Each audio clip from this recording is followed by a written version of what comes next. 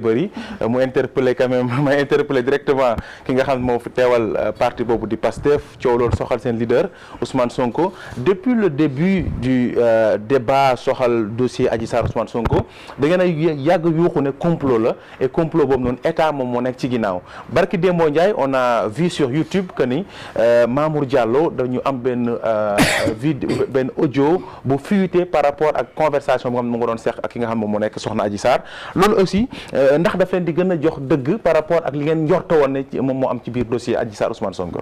waaw jërëjëf donc je pense que yow li nga wax tax na ba kàddu bi farankulaayu man li ma njëkk surprendre d'ailleurs mooy presse bi et là je vous indexe directement parce que vous êtes la presse. gisuma kenn ku ci yàbbi yow en tant que journaliste boo demee ba nee ma gis nga ko ci YouTube telle personne génnee tel enregistrement d'un tel homme parce que Mamour Diallo il a été directeur des domaines. Même s'il ne l'est plus c'est un acteur du régime comme ni ko Bara Ndiaye nekkee.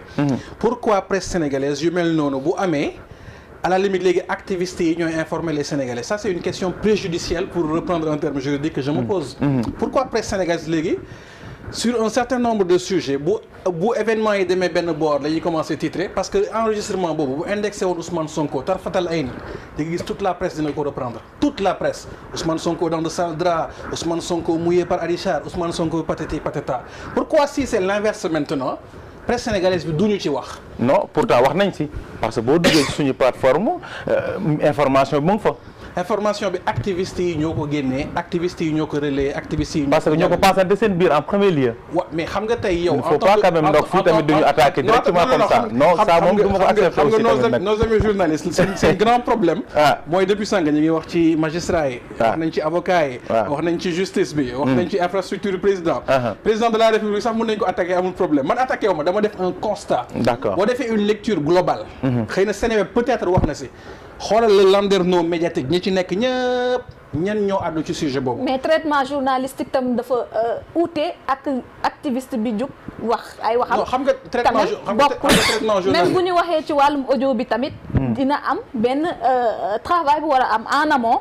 waaye bu ko mën a accompagner ba mën a statuer ci véracité benn information bi nga xamante ni moom mooy dem d'où la nécessité aujourd'hui kii di Manuel Aïdara daal lay interpeller ci wàllu wi parce que la presse tamit mënul dox ci même chemin bi nga xamante ni moom la activiste yi wala le sénégalais lambda di doxee ci mbedd mi. soxna Aïda Mbène man li ma def constat la et c'est pas un fait isolé Aïdara bu demee ba poser question bi ni mu ko poser c'est parce que des journalistes ont eu le temps d'écouter l'enregistrement xam ki ci wax lan la ci wax ban boor la demee loolu benn la. d'accord deuxièmement sujet boobu boo leen demee ba évoqué ko. c'est parce que ce n'est pas un sujet anodin c'est un sujet d'une importance majeure. Ousmane Sonko acteur politique la majeur sur dans le landerneau politique sénégalais. sujet boobu defe naa li ma ciy wax du bëri. président Ousmane Sonko def na sortie bu mujj boo xam ne am na lu mu ci leeral. le dossier a été réenclenché. normalement war nañ koo déglu la semaine à venir. éléments yi nga xam ni. le 6 éventuellement événements yi nga xam ne gis nañ ko mu nekk dans le dossier permettre nañu ñu xam ni dossier bi dara nekku si. comme dossier bi dara nekku si je pense que. un an ça suffit pour que ça suffit pour que sénégalais yi ñu bañ leen bernet ci ak genre sujet yi dem vers li nga xam ne moo ëpp solo mooy li ñu doon waxtaane sànq développement socio-économique éducation bi maître doon tudd sànq santé bi sunu démocratie sunu état de droit sunu bonne gouvernance mais sujet boobu moom constat boobu laay njëkk def parce que la presse est un pouvoir moom la ñu woowee sax le quatrième pouvoir je n'indexe pas Seneweb mais je parle de la presse de façon générale il faut que la presse sénégalaise fasse son travail de restitution de l'information quel que soit le sens de cette information-là loolu c'est extrêmement important maintenant dans le fond du dossier muy man muy yow muy keneen ak keneen je pense que mbir yi gën na leer ci xelu sénégalais yu bëree donc président Ousmane Sonko dina dem déglu le juge comme ni ko yoon wanee ñu seetal ko mu am le non-lieu qu'il faut ñu mën a jàll ci li nga xam ne moo yitteel sénégalais yi mooy ban Sénégal la ñu soxla pour les années à venir parce que les défis sont immenses les défis sécuritaires tudd nañ ko sànq les défis socio-économiques il est là man genre sujet yooyu moo ma gën a yitteel mais sujet bële constat boobu laa ciy def yam foofu. mais tey bu ñu xoolee taxawaay yoon da ngeen koy joxoñ baaraamu tuuma jusqu'à présent parce que yéen a ngi wax ni un an def na ko ba exactement il a fallu que Ousmane Sonko génn taper sur la table waaye itam joxe ay dates yuñ ko war a auditionner ngir mu mën a génn tey jii gis nañ Macky Sall à chaque fois lañ ciy joxoñ baaraamu tuuma ndax jàpp nañ séparation des pouvoirs bi amul moo waral lu ni mel. waaw mais xam nga dossier bi buñ ci revenir à te événement yi nga xam ni xew na Sweet Beauty li génn ci PV d'enquête yi. li génn ci certificat médical bi ak yeneen événement yi am yëpp ba ci enregistrement bi nga tudd léegi mu indexé Mamour Diallo. je pense que li ñu doon woowee thèse du complot nekkatul sax une thèse mais ce sont des faits établis. moo tax ma ne la revenir sax ci éléments yu mel noonu perte de temps la et puis am na sénégalais yoo xam ni man ñooñu laay bàyyi xel tout le temps bokkuñu Pastef bokkuñu APR. ku mel Abdourahmane Sow n'est d'aucun parti politique. sujet bi mën na ko bañ a yitteel yenn yitte yi parce que li ko yitteel mooy Sénégal fan lañ jëm ëllëg. mais dafa nekk sujet bu nga xamante ne aussi ak loo mënti wax aussi dafay mettre mal à l'aise le président Ousmane Sonko. pas du tout donte ne yéen ñi nga même yéen ñi nekk ci biir Pastef parce que barki Demba Ndiaye nga wax ne génn na def sortie mais sortem boobu noonu sax ñu bëri souligné si nañ ay failles déjà le président Ousmane Sonko di wax naan seen sœur Ousmane Sonko moo leen di nuyu ça ñu bëri partage sur les réseaux sociaux ñu bëri jàpp ne dafa tiit ci buy wax sax ci dossier Adji Sarr Ousmane xam nga mooy li ma wax c'est-à-dire déglu benn discours président Ousmane Sonko. waaw muy wax ci dossier bi ne seen frère seen sœur ñu bëgg a me poser une question par rapport à cet élément là. waaw dama ni mën nañ ma poser question mais man Cheikh Fatma am naa fullawu bañ a ñëw ci lu mel noonu.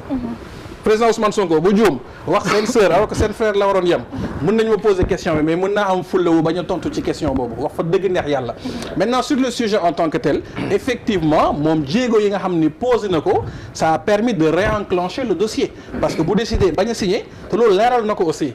respect de l'institution judiciaire wala de toute institution ce n'est pas de se soumettre à lépp lu institution bi dogal parce que institution bi bu dogalul dëgg.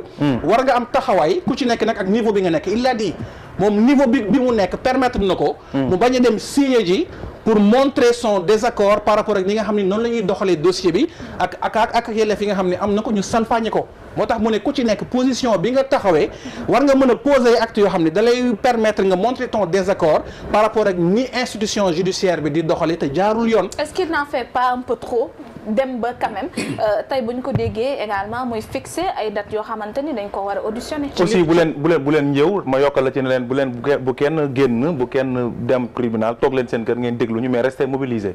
c'est le bon discours à tenir.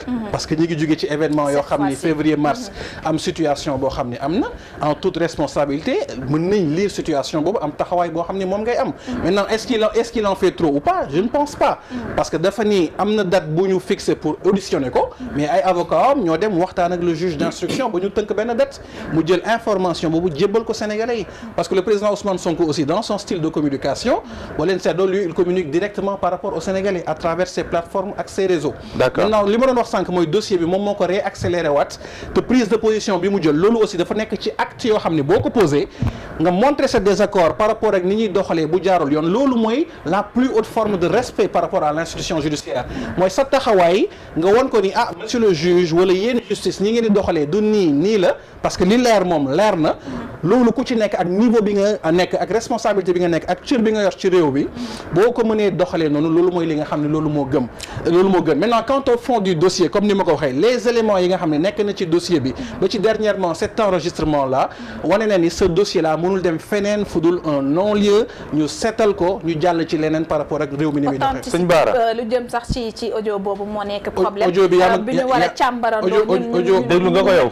audio bi déglu na ko. d'accord parce que ba tey sànq ba may ñëw rek am na ñenn ñu may interpeller ci ñoom ñi mu ñeel que voilà am nañ ci droit de réponse pour indi ci ay leeral audio boobu yaa gën a xam ni authentique. ñun ñëpp ñoo ci war a defandoo càmbar da ngay poser question bi comme journaliste rek mais yaa gën a xam ni audio boobu waaye nag xam nga audio moom souvent même maître je parle sous le contrôle de maître souvent aussi nekk lu nga xam te ni preuve bu palpable lay doon parce que développement technologique mën nañu monter voix mën nañu def lépp donc mais Sëñ Bara mbir mi directement yéen lay interpeller parce que dañu nekk